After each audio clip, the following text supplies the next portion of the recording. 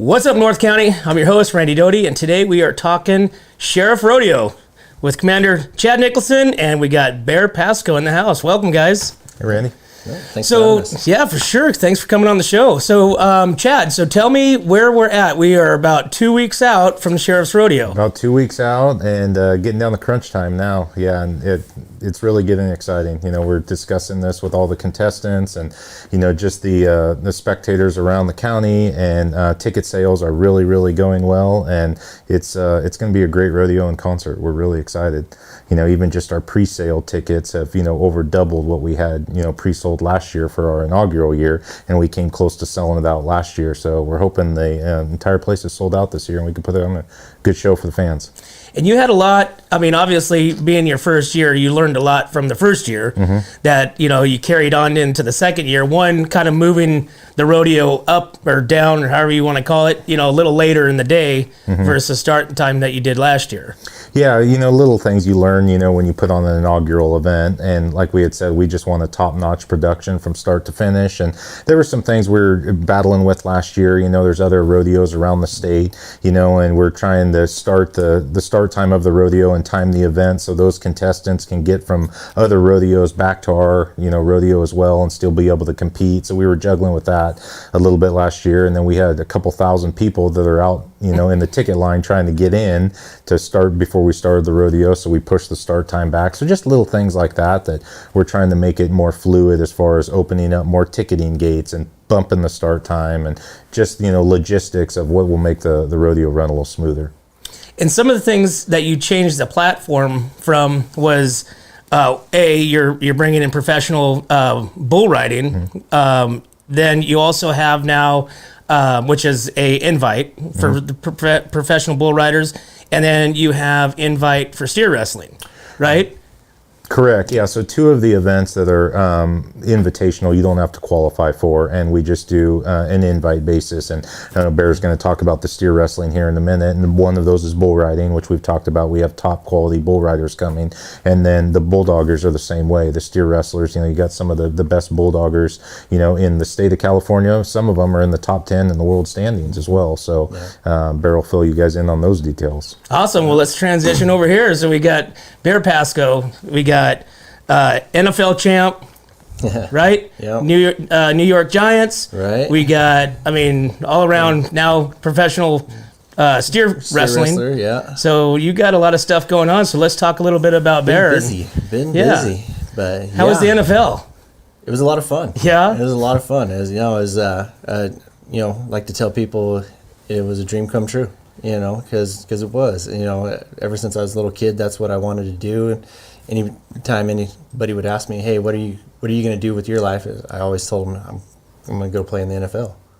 And so your dad went pretty far in college, right? Yep. And could have went to the next level, right? Yeah, he sure could have. He ended up going to Colorado State, playing outside linebacker for them for a few years, and then had an opportunity to go on and play in the NFL. It was a little bit different for them at that time period, you know, but he decided and made the choice to come home and go back to cowboying and rodeoing and start a family. So wow. yeah, but I mean, every kid's dream, you know, you start football when you're in Pop Warner and you're going to be, you know, the next Tom Brady, and and you got to play against Tom Brady. Yeah, sure did. It was a lot of fun too. Yeah, and got to play with Tom. So towards the end of my career, I had my last stop was in New England.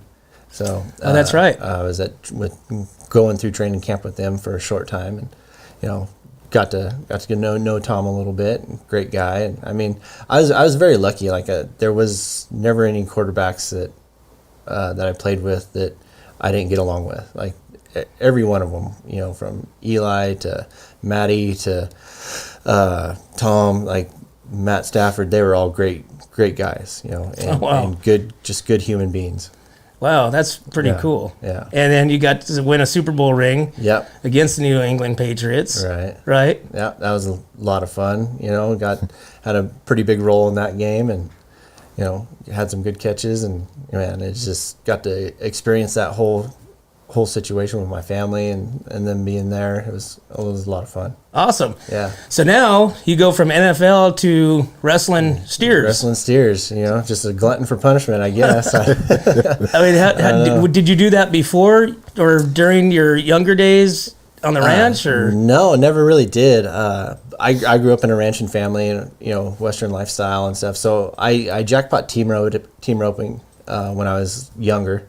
As a kid, but I never did steer wrestled or anything like that, just because I was so focused on football and didn't want to take a chance of hurting a knee or a shoulder or something like that, and kind of knew where what direction I was headed in, so never did steer wrestling or really high school rodeo or anything like that until I retired from the NFL. So and then you just said, you know what? No more catching balls. I'm going to I'm going to go catch steers. Yeah. So steer wrestling was something I wanted to do. Like I always watched and wanted to try it and stuff, but knew I needed to hold off. And so when I retired, my father-in-law John W. Jones got me in. Said, "All right, let's start working on it." And so at the young age of 28, 29 years old, just dove into it and started working on my ground game and stuff. And then, the rest is history. Been doing it ever since. So. Wow.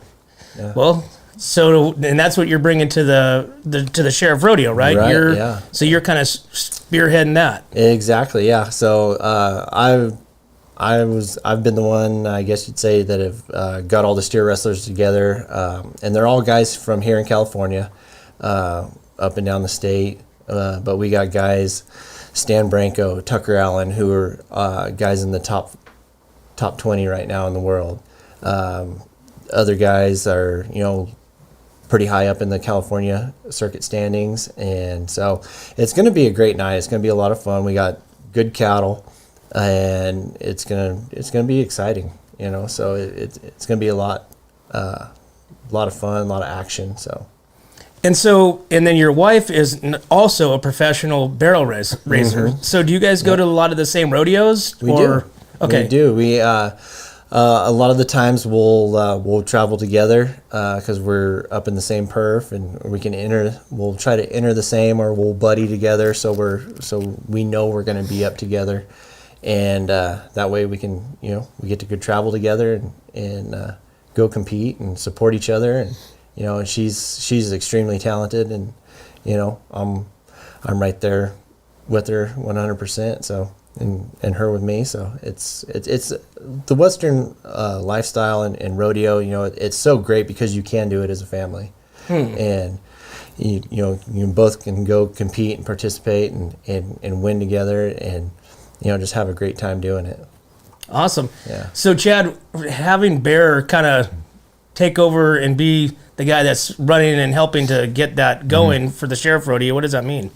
It's great. Bear and I, he's one of my best friends. We've been friends for a long time, and met, I think, right when he graduated college, but I was a groomsman in his wedding, so we've been close for a long time. So we talk about rodeo together a lot. We go compete together a lot, at ropings and things like that. So yeah, it was a natural fit when we put on the Sheriff's Rodeo. Him and Katie, they'll come over to my wife and I's house all the time for dinner, and we'll talk about rodeo production and just ways to make rodeo better or our event better and so on. So obviously we wanted steer wrestling in the Sheriff's Rodeo, and it was kind of that dynamic like I had talked to you about before, of that perfect mix of having top-notch like professional rodeo cowboys and cowgirls, and then your local events too. And obviously this is another one of your professional events where you're all PRCA cowboys or cowgirls come in to compete, and some might be in the top 10, 15 in the world standings, and some of them are just the top in the state standings. So anyways, yeah, we've discussed how can we make the steer wrestling good, and who can we have, and obviously wanted to do it for these guys, and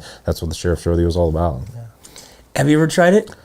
Well, no, Barry, you haven't gotten them out there? Yeah. So when I first graduated high school and I went on to play some baseball and football in college, and then had a little hiatus in between, I dabbled with it a little bit at his father-in-law's place. And when you start steer wrestling, you like Barrett mentioned, the groundwork, and a lot of it is on the ground, like sliding steers out of the chute and really getting your form and technique down and all that. That's the furthest extent I went. I didn't jump anything off the horse, because then I went back to playing college football and all that. And like it does take a toll on your body. I gotta tip my hat to these guys, because it's brutal. And so no, I dabbled enough with it to where like I was, I wanted to get hooked to it, but then went back to play football, and then just never went on. And then I had a bad knee injury my last year playing college ball, and then I never went back to the steer wrestling for whatever reason. I mean, watching some of the bulldogging. I mean, you're not a small guy like me and Chad, but I mean it seems like you have an advantage. I mean, because you can really dig in as soon as you jump. Well, I should say a disadvantage, maybe jumping off the horse, because it seems like it's a long ways. Right. But I mean, as soon as you get down to that ground, I mean, it's just all power at that point, isn't it? Power and technique. There's a lot of, it looks like you just fall on the steer, grab his head, and turn him back and throw him down. But there's a lot of technique that goes into it, of learning how to move a steer's head, place it, your feet hit flat, slide in shape, and then throw them down. Kind of you end up using their momentum against them. And the one thing about it is like Johnny was the master of it. So, and he's not very big. He's a good sized guy, but he's not built like me. And I've got to learn from him, and actually try to learn his technique and learn it to the best of my ability. So I'm a big guy actually bulldogging like a little guy, but when the time comes when I need it, I can bulldog like a big guy too, where I got to hit, drop anchor, and turn one back. But if I got a lighter steer, I can hit and stay on my feet and kind of tiptoe around there and, kind of take care of them. Were you at last year's rodeo as well, right? Yes, I was. And nobody got the steers down. No, which, I didn't even get off my horse. So, right. Yeah, he took off. Yeah, steer split and run, and my horse slipped coming out of the box. And so instead of taking a chance of, getting him and I in an injury of, trying to jump him coming up the other way, I just went ahead and took the no time, and, And everybody got no time. Yeah, everybody. The steers won. Did they get a buckle that year? No, they didn't win. They got a little extra grain in their feed that night. Exactly. Yeah. So when you think of, everybody like bull riding, there's top ranked bulls. Right. Is there top ranked steers in steer wrestling that you don't want to go against? No, not necessarily. Okay. Not necessarily. We don't really like our steers will develop patterns and stuff that we can remember and have a game plan for. And certain ones that are good, and you're like, oh, I got 42, awesome, and if you got another one, because we number all of our steers, and 72 might be a little stronger than 42, so you're like, I really want him, but it's a random draw for us. They just kind of draw the numbers out of a bag, and whoever you get, whatever you get. So you're saying the steers have a pattern that you can almost count on of them, heading out of the chute, and they hang a left, or they really. Yeah. They'll develop a pattern of either like once they leave the chute, stepping left, stepping to you, or wanting to fall off to the right to your hazer and stuff. So if you have an idea of what they will like to do, you and your hazer can kind of set up a game plan and to kind of beat them to the punch. Talk to me about your hazer. Talk to me about what a hazer is, and how important they are to what you're doing. Exactly. So the hazer, he's on my team. He's a guy that's over on the opposite side of me, and his job is to just keep that steer going straight, and going in the right direction. And at times, like if it gets a little wide, they can step to it and step that steer closer to you, bring him to you a little bit. Or if the steer's coming to you too much, he can read it and step away and give you room to get down and stuff. But essentially, the hazer's on your team to help you get that steer caught. And that hazer is universal, so it's not like somebody that you're traveling to these different rodeos with. Right. It could be whoever's there hazing for for you guys. Yeah, exactly. Like, so say if Chad and I entered a rodeo together, I could hop on and haze for him.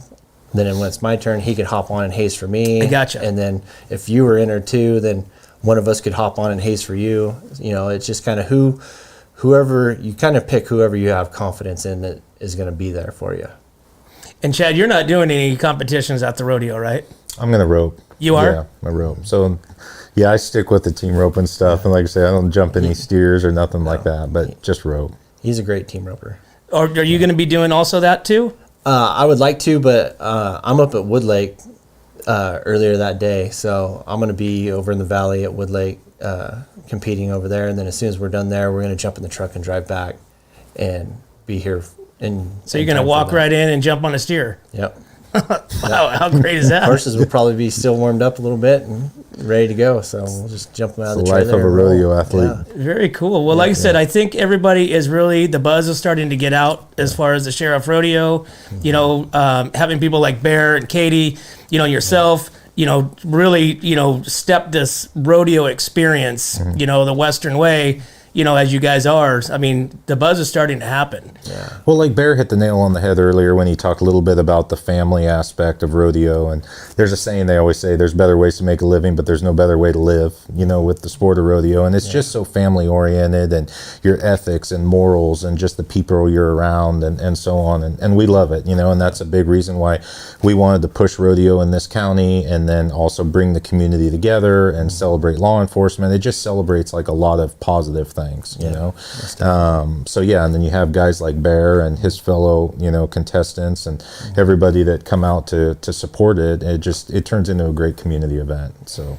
And Chad, what kind of feedback are you getting from just the public ears, you know, talking about last year's coming into this year? Everything's been very, very supportive, and it's interesting. Like, you could tell people are really starting to get ramped up for the rodeo, and I feel like this community, and especially North County, needed something like this time of year, to where they were kind of craving a rodeo. And years ago, they used to have a PRCA rodeo during the fair, and then they replaced that with the country rodeo, which is a great event. But like we had said, right now we do ours in the late spring, just because the weather is so good. It's not too hot, typically not too cold. You're 8-9 months removed from the fair, so people kind of have pent up demand to do something. And so yeah, just you can hear the excitement or feel the excitement in the air for people for the rodeo, and it's going to be good. You know, it's going to be very, very good. And not only do you have that community and public support, you know, here, you also have some, you know, pretty good sponsors that's backing you and following you in. Yeah, we do, you know, and I mean, I'd love to list off every one of them, but we couldn't do this event without our sponsors. The sponsorships have been unbelievable. You know, some of our big sponsors like Premier Ag, Borhone GMC, the Hearst Ranch, Long Branch Saloon, Barrel House, you know, Brewing Company, and those are just 5 of our major sponsors. And then we have a slew of, you know, other ones as well, but we couldn't do that without any of them. And a lot of them have even just solicited us on their own and say, we love this event. We want to support it and get behind it. We'll do whatever we can to make it better.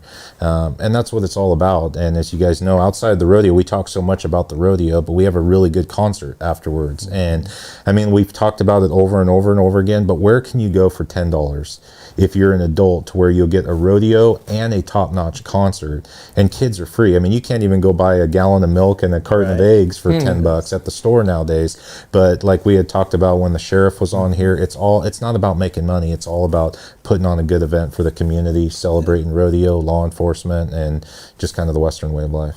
Yeah. And so, Bear, what are you most looking forward to for this Sheriff Rodeo this year? I'm looking forward to all of it, to be honest with you. Like, I had so much fun last year. Like, granted, like we were just talking about, like, none of the steer wrestlers caught one last year, but it was fun. Like, I had a blast. It was like I didn't even care. I got no time. Like, I was so looking forward to, you know, just being a part of it, and, you know, seeing everybody down there, and then afterwards being up in the VIP watching Joseph and Martina perform, who were 2 good friends of mine and stuff. It was a blast, you know. And honestly, like last year, I don't think we sold out the whole grandstands, but it was close. And like, to see that turnout last year was pretty amazing. And I'm hoping like it's the same this year, if not more. And it's got to be almost like, I mean, it's hard to probably compare, playing in the NFL in the Super Bowl to comparing that to, being at the Sheriff Rodeo with the fans, Right. but it's got to be pretty close in terms of, everybody there at the Sheriff's Rodeo. You're going to probably have some sort of connection with, friend, family, something versus like the Super Bowl. But Oh yeah. I mean, tell me the difference and tell me I think the rodeo is kind of cool. Well, yeah, there's more interaction, with the fans in the rodeo world and stuff. Is when you get into a football game, you hear the fans, but you're not really focused on them. There's too much going on the field that you got to be cued into. With the world of rodeo and stuff, like there's a lot more interaction with the fans and getting them to participate and bring that energy up. So it's fun. It's a great time, and so that would be the main difference. Is like, I mean, when you're playing a football game, you hear you're standing there watching, you hear a few little heckling going back and back behind you, but you don't really pay attention to it. You don't really give them the time of day. Did you get heckled a lot in the NFL? Not a whole lot, but Not by Chad? no. He's Us a 49er Niner fan. fans, Right. Right? And I'm a Cowboys fan. Right. So, like, we're trying to find pictures of the NFL and you. I'm like, there's a lot of Cowboys look bad there. I'm outnumbered here. I gotta say it's a testament, not to get too far off course, but who Bear is and how he was raised, and the morals and the ethics and all that. Because my wife and I, we'd fly back and we watched him play in New York, visited them in New York, and stayed for a week or so. And then when he played with the Falcons, we did the same thing and went down there. And Bear's who he is now. You'll go play an NFL game in front of 70,000 fans on Sunday, and then Sunday night we'll be back at the house just doing our thing or going out to dinner, and it's just fun. like this. So I mean, it's a testament to who he is, how he was raised, and all that, because it's not like the game got to him or his head or anything like that. That's awesome. Got too many good people around me to let that happen. Yeah, I'm sure. Too many good friends. I'm sure.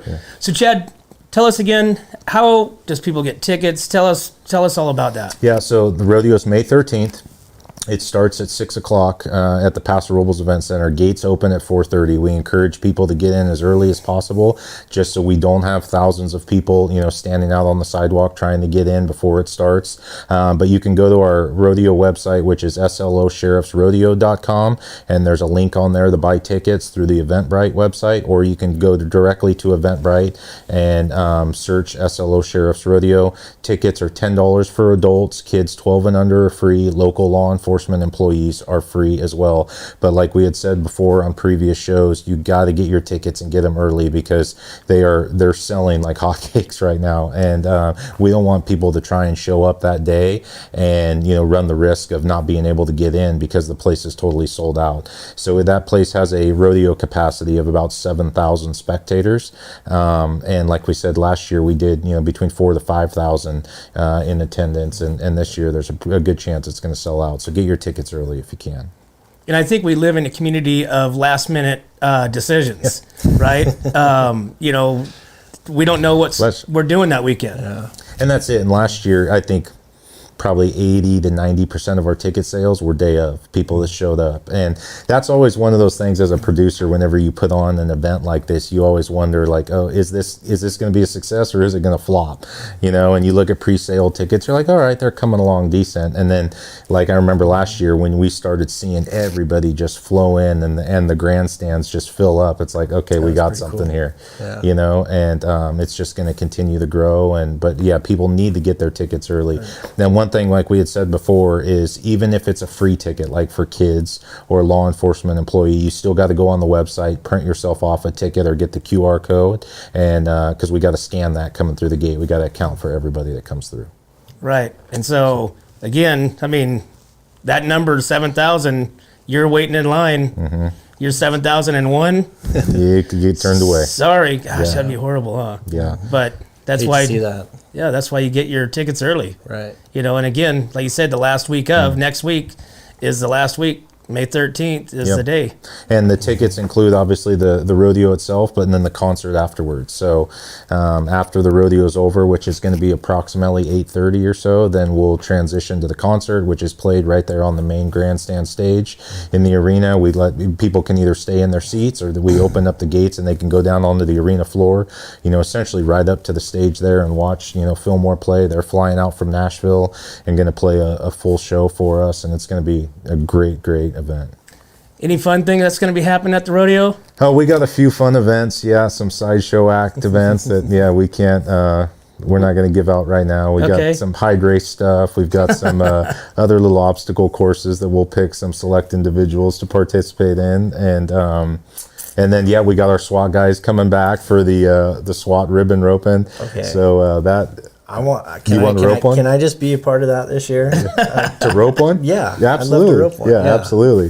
There you have it, right here. I was like, I didn't even know this was an event last year. So great. And it's the best part is, like, those guys, they are the alphas of alpha, and so anything that they can do like that, they want to, but they had never ever experienced it. They'd never practiced it. They'd never been around the cattle. I literally gave them a crash course, for about 30 seconds right before it started. Like, huddle up over here. This is what you're going to do when they rope that steer. As soon as they make the switch, you guys got to try and pull the ribbon off the tail. And it was the highlight of the rodeo, I think. I mean, people just loved it. And those guys loved it. And they're eager to come back and do it again. And we've got, there are another 5 or 6 guys that are coming, including the kid that won last year, and he's going to defend his title. So it'll be fun. Yeah, you're going to make a highlight of him being and of course, cool. just like any other champion, they wanted championship buckles. So we had to get the SWAT guys their championship ribbon rope and buckle that they could rock around. Heck yeah. Yeah, so it's fun. But it's just that type of positive energy and just vibe is around the department, around the community, everything. And it's a good cause. Like we had said before, all the money goes to our nonprofit, the Sheriff's Advisory Foundation, to purchase equipment for all law enforcement agencies in the county that can't afford certain things. And we all have to adhere to strict budgets, government budgets, and some things get approved and some things don't. And so if we can help them out through our nonprofit to, purchase certain, needed equipment for everybody, then we'll do that. So that's where the proceeds go. Awesome. Yeah. And Bear, you seem like a person that may or may not have participated in a cowboy poker type event. I've never done that. You haven't? I've never done that, no. Is that on the horizon? No, not at all. Not one bit, to be honest with you. It looks tough, huh? Yeah, I feel like I've been beat up enough between football and steer wrestling. I don't need to add to it. Yeah, Awesome. Yeah. Yeah. And Bear? I'm not brave enough. Thank you again, sir. you so really much. appreciate Thanks coming for having on. me. Chad, Randy, blast. thanks for having thank you us. again. We're really looking forward to the Sheriff Rodeo, and great event for the whole family. So we're really looking forward It'll be to a lot it. of fun. Thanks for having us. Awesome, guys. Thank you again. Well, there you have it, guys. Make sure you guys get your tickets to the Sheriff's Rodeo May 13th early, okay? It will sell out, trust me, okay? May 13th, the Pasco Robles Event Center. You guys do not want to miss this. But as always, guys, we can't do this without our sponsors. We'd like to thank Escalar Wines, Wine Travelers Hideaway, Rancho Sestero Meat Cutting, Visit Atascadero, 805 Customs, Story Termite and Pest Control, El Red Rooster, Pacific 805 Spas, Airflow Filter Services, Kennedy Club Fitness, Pasco Robles Furniture, Amy and Jamie's Place, and now 5-star rain gutters in Atascadero, guys. Thanks again. We'll see you at the rodeo.